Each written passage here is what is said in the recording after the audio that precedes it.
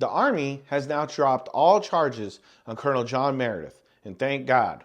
Initially, he was charged with abusive sexual contact and conduct unbecoming of an officer.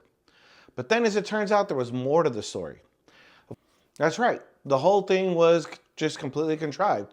This alleged victim's husband had received a bad evaluation report by Colonel John Meredith. So then, over text messages, they created the whole plot so that they could ruin this man's career.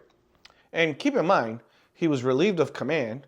They did a whole article on this gentleman as if he was guilty as sin. And again, the Army investigative sources, the CID, I imagine, probably did, their best job. Just like we saw them do with the Goldstein matter.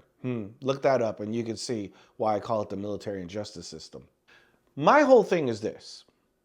These individuals who contrived this plot against this man not only need to go to jail in the brig, respectively, for what they've done, but they also need to make Colonel John Meredith whole again.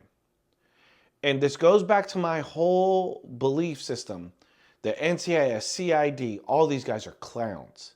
They're horrible investigators who couldn't make it in any real law enforcement agency.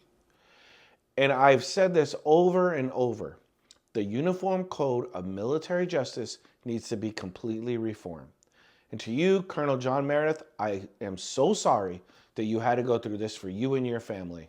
But I'm so happy that at least the truth prevailed on your behalf.